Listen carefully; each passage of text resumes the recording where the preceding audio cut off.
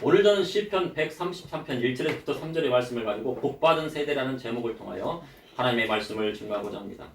현재 우리나라는 베이비 붐 세대가 은퇴하면서 이제 급격한 인구 감소와 함께 기업의 생산 인력이 감소하면서 일할 사람이 부족한 시대가 되었습니다. 일할 것은 많은데 일할 사람이 부족합니다. 베이비 붐 세대란 전쟁이라는 혹독한 상황을 겪은 후에 사회적으로나 경제적으로 안정된 속에서 태어난 세대를 지칭합니다. 그래서 우리나라의 6.25 전쟁과 함께 2차 세계대전이 종결된 후에 태어난 세대를 바로 베이비 붐 세대라고 이야기합니다. 보통 베이비 붐 세대는 1세대와 2세대로 나누어지는데 1955년에서 1963년에 태어난 세대를 1차 베이비 붐 세대라고 하고 1964년에서 1974년에 태어난 세대를 2차 베이비 붐 세대라고 한다고 합니다. 베이비 붐 세대는 출산율이 다른 세대에 비해 폭발적으로 증가한 세대를 뜻합니다. 그런데 이러한 경우는 대부분 나라에서 큰 전쟁이나 큰 경제적인 위기가 끝난 이후에 일어나는 인구 증가의 양상이라고 하는 것입니다. 전쟁이 있은 후에 큰 인구의 증가가 있고 큰 경제적인 위기가 있은 후에 그 다음에 인구가 폭발하는 것입니다. 현재 우리나라의 출생아 수는 작년 23만 명에 불과해 이제 인구 소멸의 위기에 처해 있습니다. 그런데 베이비 붐 세대에서는 한 해 90만 명에서 100만 명이 태어나는 시대였습니다.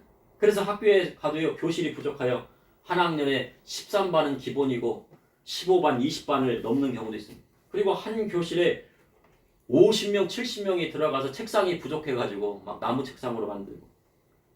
근데 그것도 모자라서 5종반, 5반으로 나누어서 수업을 받게 했다고 합니다. 그만큼 교실은 콩나물 시루가 되었습니다. 그렇게 집안마다 아이들이 넘쳐나니 집안에서 반찬 투정을 할 수가 없었습니다. 반찬 투정을 하거나 안 먹겠다고 하고요. 투정을 부리다가 늦게 오면요. 있는 반찬은 다 없어지고 밥까지도 없어서 쫄쫄 굶어야 됩니다. 그런데 그 다음부터는요. 이제 반찬 투정을 할 수가 없어요. 그러니 모든 것이 경쟁의 시대이면서도 모두 가난하고 어려우니 서로 의지하고 살았습니다. 이렇게 베이비 부모 세대는 우리나라 인구 증가의 상징이었습니다. 그 중에서 베이비 부모의 상징은 58년 개띠라고 합니다. 그래서 58년 개띠라는데 그에 가장 많이 그 아기들을 낳았다는 세대라 해서 58년 개띠라고 합니다. 그리고 베이비 붐의 마지막 세대는 바로 서태지와 아이들이 나오는 X세대입니다. 그래서 저도 베이비 붐 세대에 들어갑니다. 그런데 이러한 베이비 붐 세대의 특징은 전쟁 이후 폐허가 된 국가를 다시 재건하고 일으킨 세대였다는 것입니다. 그래서요, 쉴 틈 없이 일했던 세대였습니다. 지금처럼요, 주 5일이 어떻습니까? 요즘 주 5일도 힘들다고 주 4일 하겠다고 하는데, 그때는요, 주 6일도 안 된다고 해서 주 7일 일을 해가지고 격주로 쉬고, 아니면 한 달 내내 쉬는 날이 없고, 추석이나 설날만 쉬었다고 그래요. 그리고 매일같이 야근을 반복듯이 하는 아주 치열한 세대였습니다. 이러한 세대 속에서도 그 당시는 대부분 농업 위주였고, 그리고 가족 중심의 사회였습니다. 그래서 아버지의 말씀이라면요, 어느 누구도 토를 달 수가 없었습니다. 만약에 아버지 말씀에 토를 다는 날이면요, 그 집이 난리가 나는 날이에요. 그런데도 가족 중심으로 똘똘 뭉쳤습니다. 시골에서 자란 딸이 도시로 가서요, 미신 공장이나 양장점에서 일하면서 번 돈을 시골에 보내면 그 돈으로 오빠 공부시키고 동생 뒷바라지하고 남는 돈으로 뭐예요? 국수 사 먹으면서 허기를 달랬던 적도 있었다는 거예요. 그리고 장남으로 서울에서 직장에 취직하여 일하면요, 매일같이 야근하고 치열하게 살면서도 봉급을 다 누구한테 보냅니까? 시골에 계신 부모님께 모두 보내서 동생들 먹여 살린 적도 있었다는 거예요. 현재 젊은 세대는 하루에 8시간 일하면 큰일 나는 시대였고요. 그리고 주에 52시간을 일하면은요, 안 되는 시대가 되었어요. 그래서 뭐 법적으로 그것을 다 못 박아놨어요. 그러니 세계 시장에서의 경쟁력은 점점 우리나라는 어떻게 되는 거예요? 일하는 시간이 줄어드니까 떨어지게 되어 있습니다. 그런데 베이비 붐 세대의 또 하나의 특징은 뭐냐면요, 자식들을 공부시키는데 열을 올렸던 시대라고 하는 것입니다. 세대였다는 것입니다. 그래서 대부분 자식을 대학 보내기 위해 갖은 노력을 하고 또 그리고 자식들을 대학 보내고 또 위로는 누가 계십니까? 부모님이 계시니까 부모님을 봉양하는데 돈을 다 쓰고 노력하는 시대였다는 겁니다. 하지만 이러한 베이비붐 세대들이 은퇴하며 우리나라의 성장 동력도 식어가고 있다 합니다. 지금 베이비붐 세대는 먼 옛날의 이야기 같습니다. 가정마다 하나 낳거나 둘만 낳고 자식이 아예 없는 경우도 허다합니다. 그런데 베이비붐 세대가 줄을 이룬 80년대 90년대 초반에 서울에서 초반에 태어난 사람들을 MZ 세대라고 합니다. 지금 뭐 20대 30대를 MZ 세대라고 하는데 그 세대는요 서울에서 열심히 일해도 어려운 시대가 되었습니다. 그런데 베이비붐 세대가 줄을 이룬 80년대 90년대 초반에는요 서울에서 열심히 한 5년 일하면 집도 사고 결혼도 하고 직장도 쉽게 얻은 때도 있었습니다. 그러나 지금 90년대 중반에서 2000년대 초반에 태어난 MZ 세대, 지금 20대에서 30대의 세대들은요 집 사기가 어렵다고 합니다. 사려고 해도 20년, 30년 동안 꼬박 일하고 한 푼도 안 써야지 서울에 있는 집을 산다는 거예요. 아파트를 살까 말까 합니다. 그러니 결혼은 꿈도 못 꾼다고 하고 있고 그리고 일하고 싶어도 어떻게 합니까? 힘든 일밖에 없고 월급을 안 해주는 그 직장은 없다는 것입니다. 그렇게 보면요 현재 20, 30대인 MZ 세대보다 베이비붐 세대가 어찌 보면 축복받은 세대일 수 있다는 것입니다. 네, 어렵고 힘든 고난의 과정을 겪었지만 그 세대가 축복받은 세대다. 근데 지금 도리어 젊은 세대는 어떻게 합니까? 네, 그 축복에서 멀어지는 세대가 되었다는 것입니다. 그럼 왜 그런 일이 일어났을까요? 오늘 본문 시편 133편을 보니 다윗이 성전에 올라가며 노래한 시가 기록되어 있습니다. 이를 통해 복받은 세대는 누구이며 이 시대를 살아가는 저와 우리 성도님에게 하신 하나님의 말씀은 무엇인지 여러분과 함께 은혜를 나눠보자 합니다. 첫째, 하나님께 복받은 세대는 형제와 연합하는 세대입니다. 시편 130편 표제는 다윗의 시라 기록되어져 있습니다. 그리고 그가 성전에 올라갈 때 노래한 시였습니다. 이스라엘 백성은 1년에 3번 예루살렘 성전에 올라갔는데 무교절, 우리가 유월절이라고 하는 무교절과 그리고 맥추절, 그리고 수장절이라고 하는 장막절입니다. 그래서 많은 이스라엘 자손들은 예루살렘에 있는 성전에 올라갔습니다. 그리고 여러 지역과 지방에 올라온 순례객들이 다 함께 기뻐하며 하나님을 찬양하고 예배했습니다. 이는 하나님께 주시는 축복을 노래한 것입니다. 그래서 하나님을 찬양하는 소리가 그 3대 절기에 온 예루살렘을 막 가득 차고 찬양 소리가 넘쳐나는 겁니다. 그래서 성전에 올라가는 길에 얼마나 하나님의 백성으로 축복의 기름을 깨달은 다윗이 이 찬양의 시를 지어 하나님을 찬양한 것입니다. 시편 130편 1절에 보라 형제가 연합하여 동거하며 어찌 그리 선하고 아름다운고 하나님을 예배하게 하여 예루살렘에 모인 모든 형제들을 볼 때 그들과 함께 연합하고 동거함이 얼마나 선하고 아름다운지 찬양한 것입니다. 이스라엘은 12지파로 나뉘었지만 한 민족이고 한 나라였습니다. 민족 전체가 하나가 되어 하나님을 찬양하고 나라 전체가 예배하기 위해 성전에 올라갔습니다. 그래서 그 찬양 소리가 하늘을 찌르고 하나님 보시기에 그 모습이 선하고 아름다웠던 것입니다.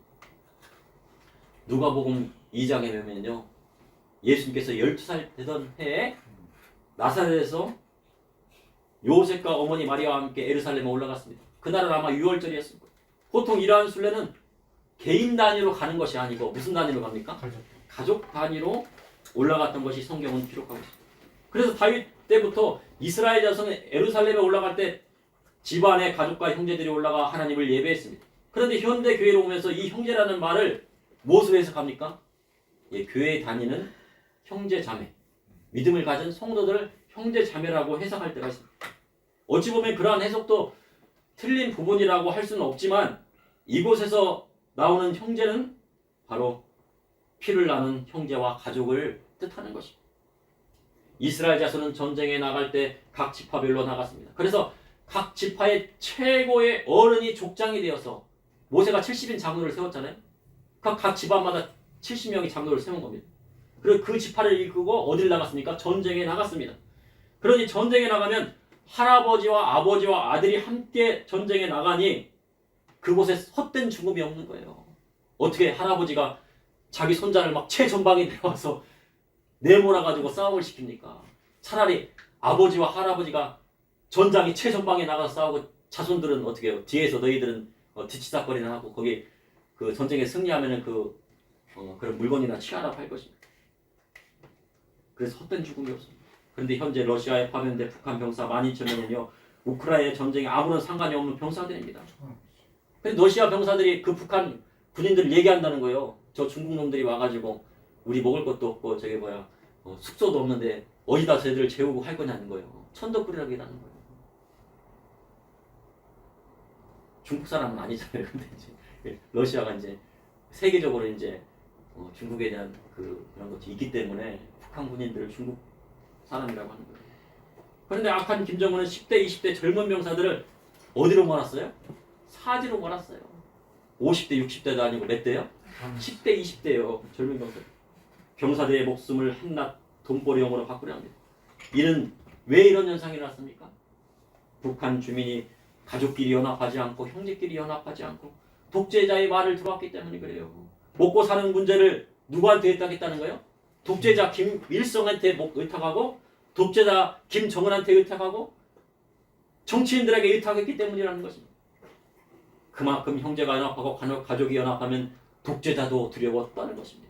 권력자라도 함부로 하지 못하는 시대가 오는 것입니다.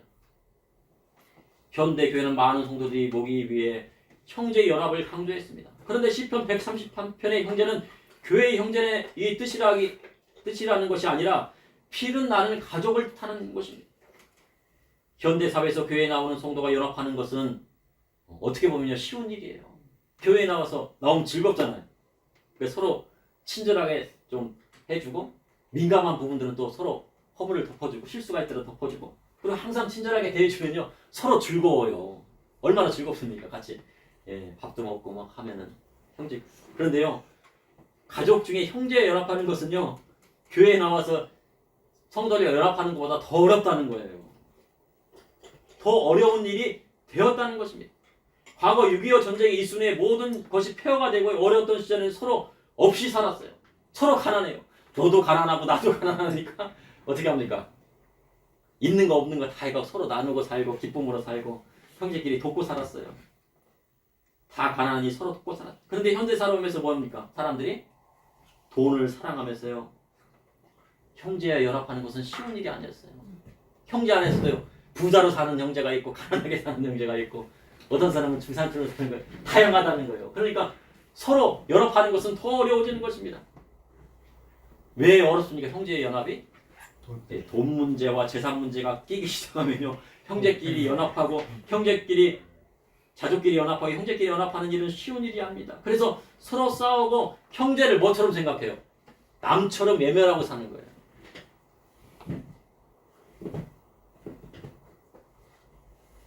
그런데 예수님께서는 형제끼리 연합하지 않으면 하나님께서 받으시는 예배를 드릴 수 없다고 분명히 마태복음에 말씀하셨습니다. 그럼 형제와의 연합과 예배와는 어떤 상관이 있는 것입니까? 마태복음 5장 23절에 24절에 그러므로 예물을 제단에 드리려다가 거기서 내 형제에게 원망들을 만한 일이 있는 것이 생각나거든. 예물을 제단의 앞에 두고 먼저 가서 형제와 화목하고 그 후에 와서 예물을 드리라. 주께서 이러한 말씀을 하신 것은 형제와의 관계가 화목되어야 회복이 되어야 하나님께 드림이 되는 예물이 된다는 것입니다. 그리고 형제와 연합하는 자가 바로 복을 받는 세대라는 뜻인 것입니다. 그런데 베이비 붐 세대는 무슨 세대예요? 어려운 시대였잖아요. 전쟁 끝나고 뭐가 있습니까? 풀뿌리 캐먹고 보릿고개가 있었던 시절인데 뭐가 무슨 복받은 세대예요? 그러나 가난한 형제들이 연합했기 때문에 무슨 세대예요? 복받은 세대라는 거예요. 그러니 하나님이 주시는 복을 받을 수 없는 세대도 있다는 것입니다. 형제끼리 원수가 되면 어떻게 해요? 하나님께서 주시는 복을 받을 수 없는 세대라는 뜻이에요. 지금 세대보다 베이비 붐 세대가 복받은 세대가 된 것은 어려운 시절 함께하고 서로 돕고 형제끼리 서로 연합했기 때문에 이루어질 수 있었다는 것입니다. 둘째, 형제끼리 연합하는 세대에서 하나님은 기름 부어주시고 성령으로 충만하게 하십니다. 아브라함과 롯은요 그의 소유가 많아서 서로 함께할 수가 없었어요. 그래서 서로 가족들과 가축을 데리고 분가를 해야 됩니다. 같이 살 땅이 너무 좁아요. 그런데 아브라함 뭐라 그랬습니까? 조카로 이렇게 딱 데리고 야 네가 서하면 나는 동을 하고 내가 동을 하면 너는 서를 내가 서한다. 그런데 롯이 볼 때요 서쪽을 보니까 소알 땅이에요. 거기는 무슨 땅이에요? 소돔과 고모라 땅인데 소알 땅에는요 지금처럼 폐허가 된 땅이 아니라 물이 풍부해서요 에덴 동산처럼 기름지고 아주 그냥 가축을 키우기에 좋았다는 것이에요. 그래서 조카 롯이 어디를 택했습니까? 서쪽 땅을 택한 거예요. 기름진 땅 누굴 줘야 됩니까? 자기를 낳아준 건 아니지만 돌봐준 누구요? 조카? 조카가 자기가 저기 척박한 땅을 택하고 소할 땅, 기름진 땅은 아브라함은 가라고 그래야 되잖아요. 그런데 롯이요 기름진 땅을 택했어요. 서쪽을 택하자 아브라함은 동쪽 지금의 예루살렘 지역의 높고 척박한 땅을 택했어요. 어찌 보면 롯이 아브라함을 배신한 것 같습니다. 그러나 아브라함은 조카 롯의 선택에 대해 단 한 번도 원망했다고 하는 기록이 없어요. 이는 아브라함은 하나님 앞에 거룩한 제사를 드리는 사람이었기 때문에. 형제와 싸움은 무슨 제사를 드리는 거예요? 가인처럼 하나님 앞에 연락되지 않는 제사를 드릴 수 있다는 것입니다. 가인이 제사가 왜 연락되지 않았습니까? 아벨과 싸웠기 때문에 형제와 싸웠기 때문에. 그래도 아브라함은 예루살렘 높은 곳에서 항상 어디를 보았습니까? 소알 땅을 바라보면서요 조카 롯이 잘 살고 있는 항상 추시했어요. 그래서 그가 무엇이 됐습니까? 믿음의 조상이 되었다는 것입니다. 저희 고향집에 가면요 저희 집이 있고 이제 저희 시골집이 있고 건너편 시냇가랑 그 건너편에 누가 있냐면요 큰 집이 있어요. 큰아버지가 항상 보면은 밑에 냇가를 딱 건너보면 누구 집이 보입니까? 작은 집이 보이는 거죠. 그리고 우리 저기 동생 아버지는 이제 딱 저 넘으면서 큰아버지가 잘 짓는지 보는 겁니다. 산소도 어디 있어요? 그쪽에 저 높은 곳에 이쪽에 이제 큰아버지 할아버지 산소 이쪽에 누구 산소가 있어요? 아버지 산소가 있으니까 서로 맞닥뜨려 보고 있는 거예요. 근데 그 당시에는요 어려웠을지라도 서로 나누고 서로 돕고 살아서요 부족함이 없는 시대였어요. 그만큼 형제우애가 좋았다는 거예요. 시편 133편 2절에 머리에 있는 보배로운 기름이 수염 곧 아론의 수염이 흘러서 그의 옷깃까지 내린 같고 다윗은 형제 연합에 대해 최초의 제사장이었던 아론을 들었습니다. 아론은 모세의 형이고 아물람과 요게베스의 장자였습니다. 그런데 아론은 모세가 동생임에도 하나님께서 세우신 선지자 모세의 권위를 인정하고 따르고 그를 도와줬어요. 형님이 동생 돕기가 쉽지 않잖아요. 형님이 어떻게 동생 도우려면 쉽습니까? 안 좋습니까? 네.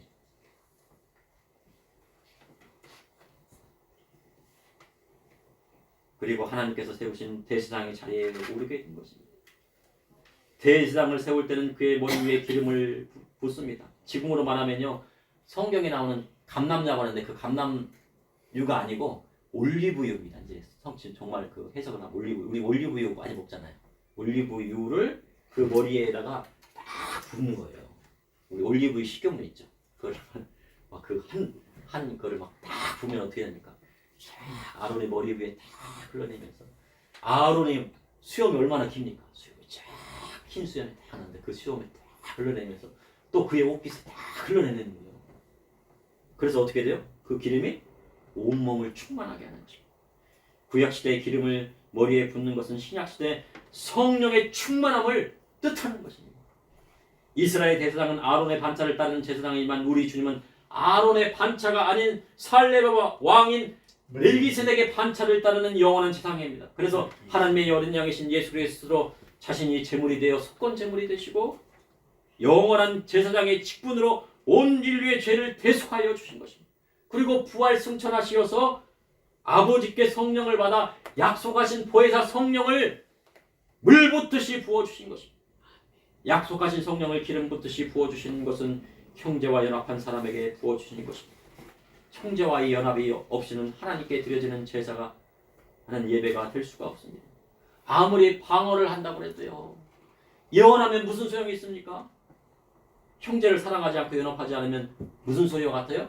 소리나는 징각, 울리는 꽹과리와 불과한 것입니다. 그래서 진정으로 성령의 사람이 되려면 먼저 형제와 연합하는 사람이 되어야 했습니다. 오늘 찬송해 보니까 뭐예요? 사철의 봄바람. 동기들이 뭐 하는 거예요? 하나 된다고요. 그랬더니 뭐가 됐다고요? 천국 됐대요. 근데 동기들이 하나 된다는 거 예? 쉽습니까 그게? 쉽지 않죠. 오늘 찬송에 그 찬송이 나오더라고요. 그래서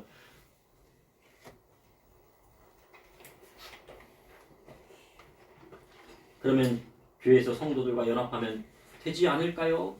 말할 수 있습니다. 교회의 성도와 연합하고 그리스도 피로 형제된 성도와 연합하는 것은 초대교회 때예요. 핍박이 많은 아이 믿는 자를 핍박하고 그 사회에서 그 가족에게서 그 친척에게서 출교시킬 때는 어떻게 해야 돼요? 교회 성도끼리 연합해야 돼요. 환란이 오고 핍박이 오고 경제 위기가 오면 어떻게 된다고요? 전쟁이 나면 어떻게 돼요? 막 김일성 같은 사람이 막 기독교를 죽인다고 하면 어떻게 해요? 형제끼리 연합해야 돼요. 막 코로나 시절처럼 막 예배 못 드린다고 그러면 어떻게 해야 됩니까? 누구끼리 연합해야 돼요? 그때 집안의 형제끼리 연합하는 게 아니라 성도끼리 연합하는 거예요. 그때가 연합하는 것이고 그래야 핍박을 이겨내고 서로 위로를 줄 수 있는 거예요. 누구한테도 위로받을 수 없어요. 가족한테도 위로받지 못합니다. 그럼 어떻게 해야 합니까? 교회 안에서 위로받아야 합니다. 그러나 그러한 핍박이 없을 때는 그러한 핍박이 없을 때 교회의 성도끼리 자주 만나고 사생활을 공유해요. 있는 얘기 없는 얘기 막 서로 다 얘기하면 어떻게 되는가 나중에 예? 큰 문제가 생겨요. 예? 그래서 있는 얘기 없는 얘기도 다 옛날 과거 얘기 없는 얘기 있는 얘기 다 할 필요가 없어요. 예.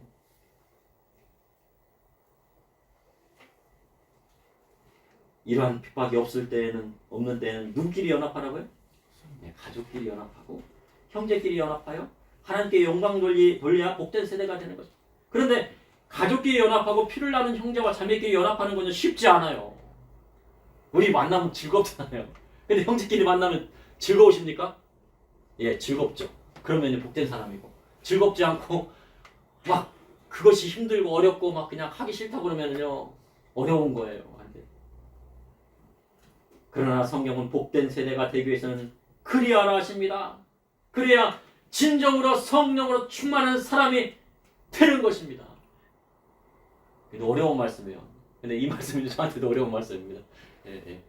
제가 고향에 내려가면요, 제 막내예요. 그러니까 형님 말씀 들어야 되고, 누님 말씀 들어야 되고, 어머니 말씀 들어야 되고, 예. 듣긴 소린 싫어도 들어야 되고, 예. 아유 형님 감사합니다. 그런 말씀해 주시니 감사합니다. 쉽지 않다고요. 예. 근데 제가 항상 감사하는 거는요. 제가 이렇게 우리 성도님 앞에서 설교할 수 있다는 게 감사드려요.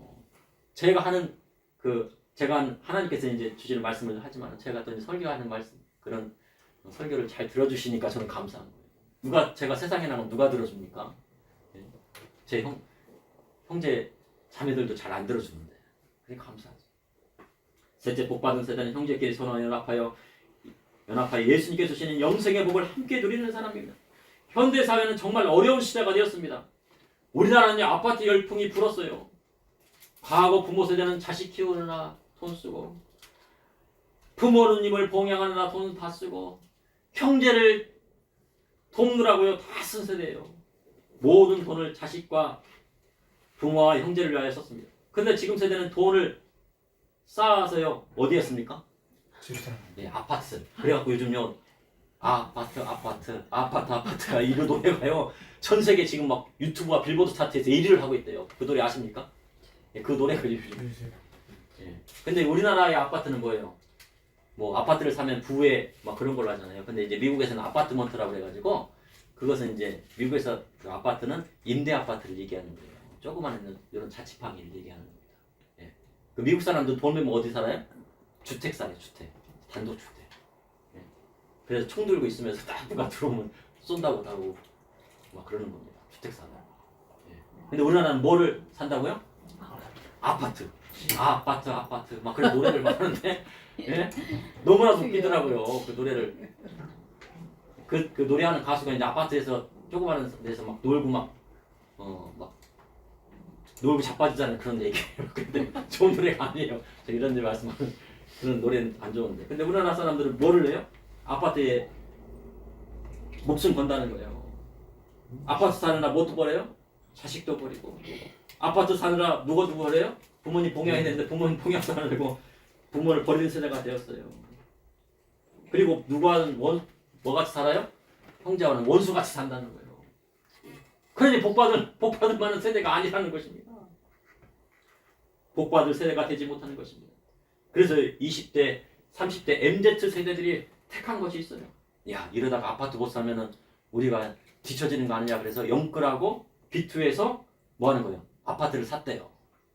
10억짜리, 20억짜리 아파트를 샀는데 그 중에 80%가 빚이에요. 10억짜리 아파트면 1억이나 2억밖에 없는 거예요. 그럼 8억 했으니까 8억 이자가 얼마입니까? 한 달이면 한 800만 원 됩니까? 자기 돈 번 거 다 어디다 들어가는 거야? 아파트. 아파트에 다 들어가요. 그러니까 살 수가 없는 거예요. 근데 지금 여기 세계적인 경제 위기가 오고 있습니다. 미국의 금리가 0.5% 내렸잖아요. 그래서 5% 정도 됐는데요. 그 돈을 어떻게 해요? 근데 금리를 인하시켰는데 시장 금리는 도리어 어떻게 했다는 거예요? 0.6% 올랐다는 거예요. 아무리 금리를 내리려고 해도 시장 금리는 오른다는 거예요. 그래서 심각한 인플레이션 올 것을 지금 예상을 하고 있어요. 경제에 빚이 있으면 큰일 납니다. 근데 우리 성도님은 빚이 하나도 없으니 은혜입니다. 하나님 감사합니다. 빚이 10원 하나 없으니 은혜입니다. 카드 빚은 없어. 뭐 한 달 있으실지 모르겠지만 교통카드 하셔갖고 하지만 빚이 없으니 은혜인 거예요.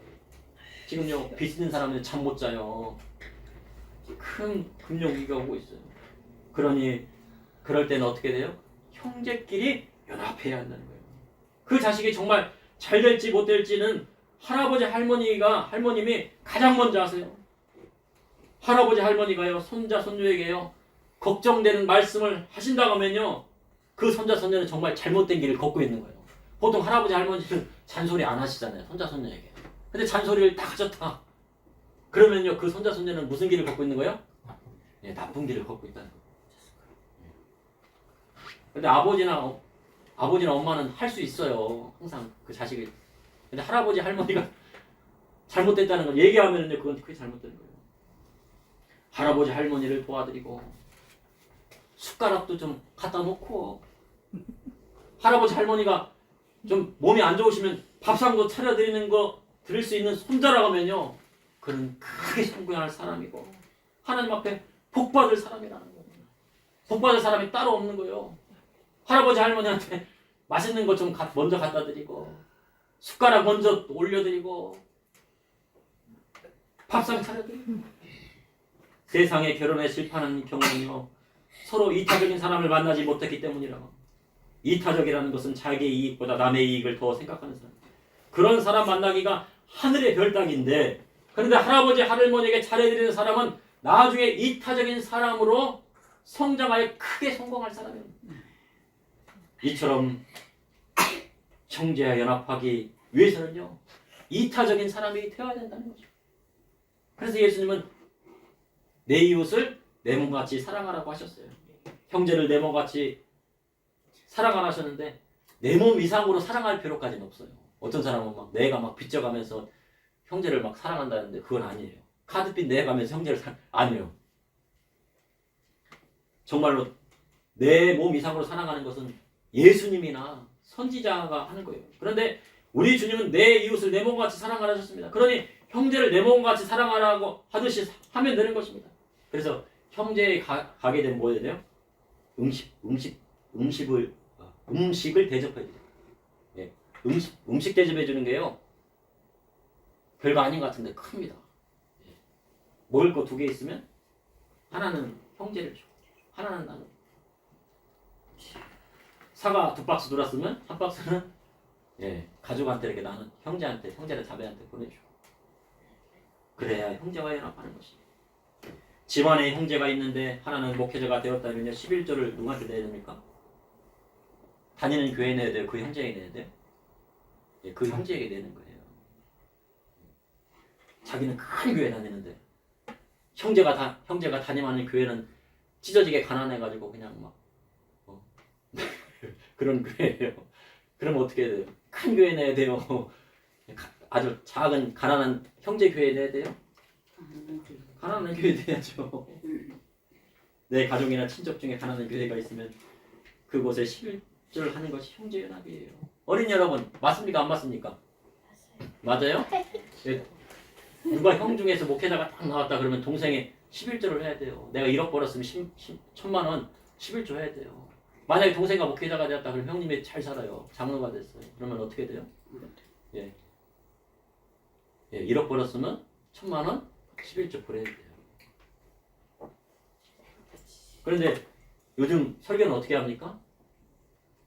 자기가 다니는 교회 큰 교회 알아버려요. 복을 받을 수가 없습니다.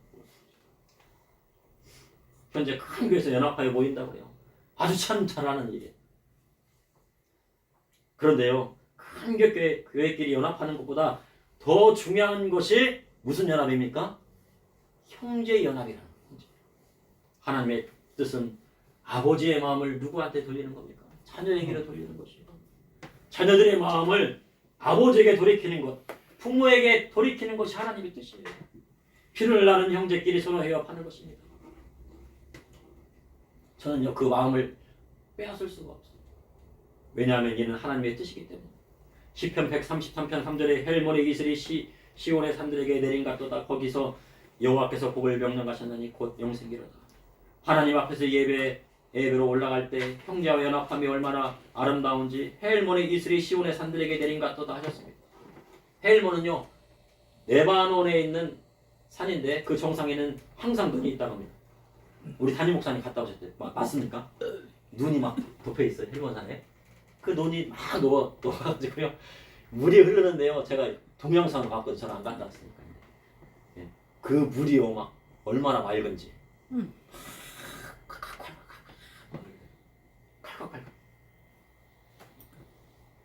그 정상에 만년설이 녹아내리면 요단강 물줄 위로 흘러내리는 맑은 물이 돼요. 갈릴리 호수로 내려가서요. 이스라엘의 북에서부터 남까지 흘러내립니다. 그러니 헬몬의 이슬은 헬몬산의 이슬은 이스라엘 땅에는 생명수나 다름이 없는 것입니다. 헬몬의 이슬이 시온의 산에서 내려와 그 기운으로 풀이 자라고 목처지가 이루어서 농사 지을 수 있는 것입니다. 그런데 여호와 하나님 앞에 형제 연합은 어떻게 하는 것입니까? 거기서 여호와께서 복을 명령하시는 곧 영생이로다. 형제 연합하면 아까 말씀했잖아요. 동기들 하나 되어가지고 연합했더니 그것이 뭐가 됐다고요? 천국 됐다고요. 형제끼리 연합했더니 가족끼리 연합했더니 그것이 무엇이 되었다고요? 천국 되었다고 아까 찬양하셨잖아요. 마가복음 3장에 보면 예수님의 친족들이 예수님이 미쳤다고 붙들러 왔어요. 친족들이 왜 왔다고요? 예수님 미쳤다고. 야, 쟤 미쳤네. 쟤 잡으러 가야 되겠다. 그리고 31절에 보면 마가복음 3장 31절에 보면 예수님의 어머니와 동생 예수님을 불러요. 왜 불렀겠어요? 쟤 미쳤네. 데려가야지. 그러신 거예요. 그런 거예요. 그때 주님이 뭐라고 하셨습니까? 누가 내 어머니고 내 동생이냐 하시며 주위를 둘러보시면서 내 어머니와 내 동생을 보라. 누구든지 하나님의 뜻대로 행하는 자는 내 형제요 자매요 어머니니라 하셨습니다. 핍박이 오고 혼란이 오고 예수 믿는 것 미쳤다고 그러면은 그리고 믿음의 성도를 배척하는 일이 있으면 뭐 해야 돼요? 교회 안에서 하나님의 뜻대로 행하는 성도끼리 연합하여 형제 연합을 이루어야 하고 그러한 핍박과 환란이 없을 때에는 돈을 사랑하고 가족끼리 뿔뿔이 흩어지고 자녀도 버리고 부모도 버리고 형제도 버리는 시대이니 예수님 말씀대로 가족끼리 피를 나눈 형제끼리 연합하는 것이 하나님의 뜻이라는 것입니다. 그러니 믿음의 성도님들은 저와 우리 믿음의 성도님들은 형제끼리 자녀끼리 연합하여 살아야 해요. 근데 그것은 쉬운 일이 아니에요. 근데 우리가 천국 가는 길 쉬운 일입니까? 우리 믿음의 성도는 결코 쉬운 일이 아니라는 것을 알고 계세요. 그래서 항상 근신하고 깨어 기도하고 항상 하나님 말씀대로 살려고 부단히 노력하시는 거예요. 근데 그 영생의 길을 우리는 가야 돼요. 그러면 하나님께 복받은 세대는 형제와 연합하는 세대입니다. 형제끼리 연합하는 세대에게 하나님은 기름 부어주시고 주께서 성령으로 충만하게 하십니다. 복받은 세대는 형제끼리 서로 연합하여 예수님께서 주시는 영생의 복을 함께 누리며 천국 가는 그 길로 가는 길이라는 것입니다. 아멘. 참시 기도하시겠습니다. 네. 사랑해 주님 오늘도 감사합니다. 네, 감사합니다. 저와 우리 성도님들 복받은 세대가 되게 해주시니 감사합니다. 감사합니다.